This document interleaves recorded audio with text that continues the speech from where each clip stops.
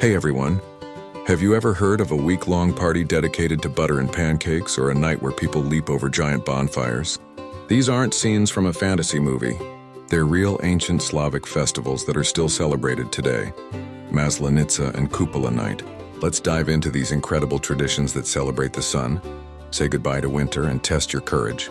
First up, let's talk about Maslenitsa, also known as Butter Week or Pancake Week. Imagine this, it's the last week before the long, strict fast of Great Lent in the Eastern Orthodox tradition. The days are getting longer. The sun is starting to feel a little warmer and you can almost smell spring in the air. This is the time for Maslenitsa, a glorious, chaotic, and delicious farewell to the cold, dark winter. The star of the show, blini.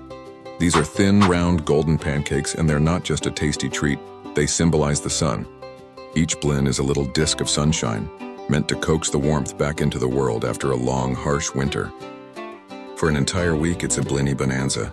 People eat them with everything you can imagine: sweet jams, honey, sour cream, and of course heaps and heaps of melted butter, hence Butter Week. But Maslenitsa is so much more than just food. It's a full-blown carnival. Think sleigh rides pulled by horses adorned with ribbons, vibrant folk music filling the streets, and people engaging in friendly fistfights called kulachniya boy to show off their strength. There are snowball fights, puppet shows, and everyone from kids to grandparents is out having a good time. It's a week of pure, unadulterated joy and community. A final explosion of indulgence before the quiet introspection of Lent begins. The climax of the whole week is truly spectacular. On the final day, known as Forgiveness Sunday, communities build a giant straw effigy, a figure called Lady Maslenitsa. She's dressed in women's clothing and represents the cold, bleak winter. As dusk falls, this figure is paraded through the town and then set ablaze in a massive bonfire. As the flames lick the sky, people cheer and sing, watching the last remnants of winter turn to ash. It's a powerful, symbolic act of purification and a dramatic welcome to the long-awaited spring. Now let's fast forward a few months to the peak of summer, to the shortest night of the year. This is the time for Kupola Night, or Ivan Kupala Day.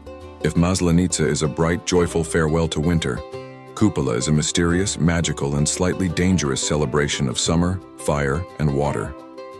This festival is ancient, with roots deep in pagan traditions, and it's all about a powerful connection with nature. Water and fire, two opposing elements, take center stage. The night is believed to be a time when the boundaries between our world and the spirit world are at their thinnest. One of the most iconic rituals of Kupola Night is leaping over bonfires. Huge fires are lit in fields and by riversides. It's said that the fire has purifying powers. Couples holding hands will take a running leap over the flames.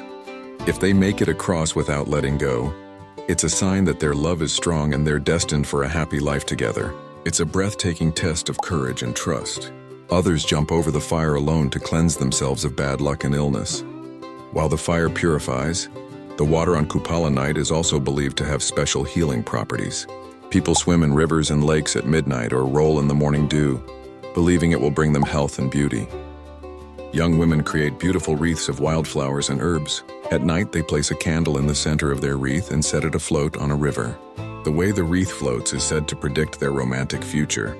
If it floats far, a wedding is near. If it sinks, well, that's not such a good sign. But the most enchanting legend of Kupola Night is the search for the mythical fern flower. According to folklore, for one fleeting moment at midnight on this very night, a fern will burst into a magical, glowing blossom. Whoever finds this flower is granted incredible powers: the ability to understand the language of animals, see hidden treasures, and gain immense wisdom. Of course, the path to the flower is guarded by spirits and requires immense bravery, making it the ultimate mythical quest. So there you have it. Maslenitsa, the sun-soaked feast of pancakes that burns away winter's gloom, and Kupola Night, the mystical midsummer celebration of courage, magic, and the raw power of nature. These festivals are more than just parties. They are a living connection to a past filled with wonder, a reminder of the cycles of the seasons, and a beautiful way to celebrate life itself. Ever felt a pull towards the old ways? Towards a time when the world was alive with magic, and the turning of the seasons was marked not by calendars but by sacred rituals. Today we're journeying back deep into the heart of Slavic mythology to uncover three of its most powerful and evocative holidays. Let's start as the year dies in the deepest, darkest heart of winter. Imagine a world blanketed in snow, where the sun is just a pale whisper in the sky. This is the time of Kolyada. Taking place around the winter solstice, Kolyada isn't just a festival, it's a cosmic battle. The old Slavs believed that a malevolent serpent, Chernobog, the black god, had swallowed the sun, plunging the world into darkness and cold. But hope was not lost. A new sun, a young, vibrant god named Kolyada, was destined to be born. To help him, people would light massive bonfires, their flames licking at the night sky, a defiant roar against the encroaching dark. They weren't just warming their hands, they were symbolically reigniting the sun's fire. Young people, known as Kolyadari, would dress up in costumes, often as animals like bears or goats, symbolizing fertility and the untamed spirit of nature. They'd go from house to house, singing ancient carols, not asking for candy, but for ritual foods like bread and salt. These songs weren't just for fun.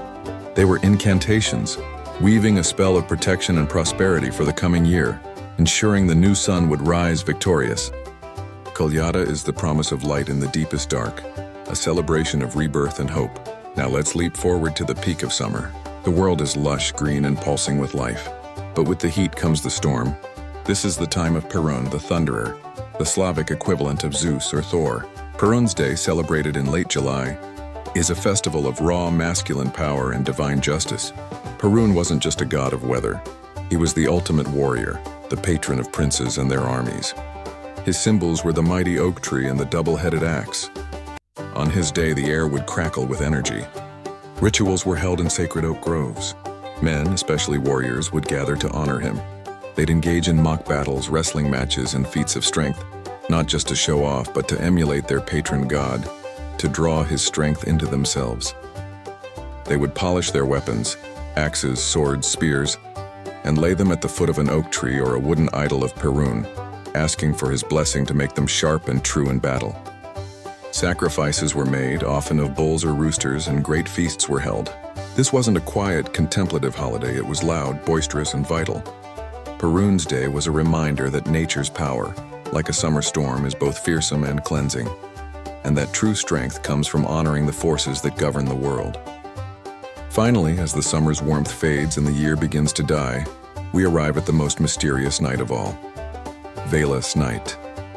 Celebrated on the eve of October 31st, this is the Slavic counterpart to Halloween or Samhain. The world is changing. The leaves have fallen, the harvest is gathered, and a chill is in the air. The veil between our world and the other world, the world of spirits known as Nav, grows thin, almost transparent.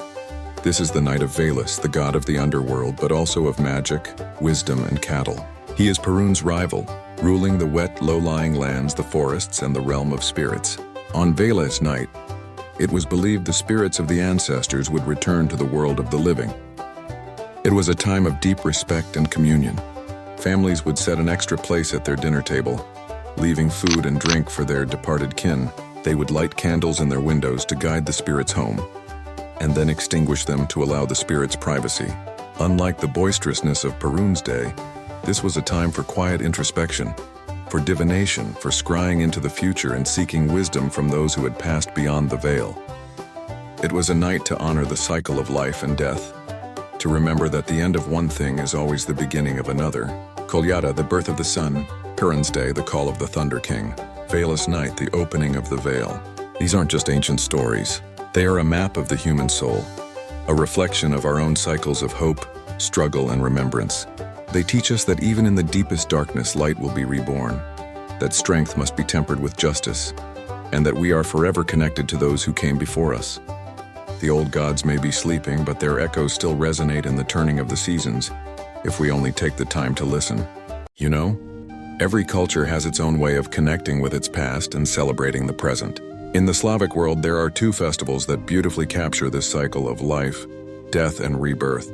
They are called Radunitsa and Dozhinki. It's like looking at two sides of the same ancient coin. Let's start with Radunitsa. Imagine this. It's the second Tuesday after Orthodox Easter. Spring is in full swing. The world is waking up. Everything's green and bursting with life. But on this day, instead of just looking forward, people turn their hearts to those who came before them. Radunitsa is the day of rejoicing for the dead. I know rejoicing and dead might not seem to go together, but that's the magic of it. It's not a day for somber grief. It's a day to joyfully remember your ancestors. The name itself, Radunitsa, comes from the Slavic word for joy or kinship. So what do people do? Families pack up a special meal, often with painted Easter eggs, traditional breads, and maybe some KVs or vodka. Then they head to the cemeteries. But this isn't a quiet, mournful visit. It's almost like a family picnic, but with the ancestors as the guests of honor. They clean the grave sites, lay down fresh towels, and set out the food. A portion is always left for the departed. They'll share stories, laugh, and toast to the memory of their grandparents, great-grandparents, and all the generations before. It's believed that on this day, the spirits of the ancestors return to celebrate with the living. By sharing a meal, you're not just remembering them, you're including them in the joy of spring and the continuation of life. It's this beautiful, powerful idea that death isn't an end but a transition, and the bond with family is never, ever broken. Now, fast forward a few months. The sun has warmed the earth, the fields have grown tall, and the air is thick with the smell of ripe grain. This is the time for Dozhinki, the harvest festival. If Radunitsa is about looking back with love, Dozhinki is about celebrating the abundance of the here and now. It's the ultimate thank you party to the earth for its generosity. This festival marks the very end of the grain harvest, one of the most important times of the year for ancient agricultural societies. Getting the last sheaf in meant you had enough food to survive the long, cold winter. So you can imagine the sheer relief and joy that came with it. The celebration is incredible. It starts in the fields. The very last sheaf of grain is considered sacred. It's often decorated with ribbons and flowers and carried back to the village in a grand procession, led by the best harvest workers. This last sheaf is then placed in a place of honor in the home, like a protective charm, to ensure a good harvest for the next year. And then the feast begins. Think huge tables overflowing with food made from the new harvest. Fresh bread, pies, porridges. There's singing, dancing that goes on late into the night, and games. It's a loud, vibrant, and communal explosion of gratitude. Everyone who worked the fields, from the oldest to the youngest, comes together to share in the fruits of their labor.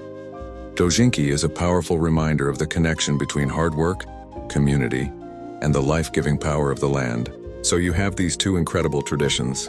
Radunitsa in the spring, a gentle, joyful communion with the ancestors acknowledging the roots of the family tree. And then Dozhinki in the fall, a boisterous, grateful celebration of the fruits of that tree. Together, they paint a complete picture of the Slavic worldview. One where the past is not forgotten but joyfully integrated into the present. And where the present, the hard work, the community, the bounty of the earth is celebrated with every fiber of your being. It's a cycle.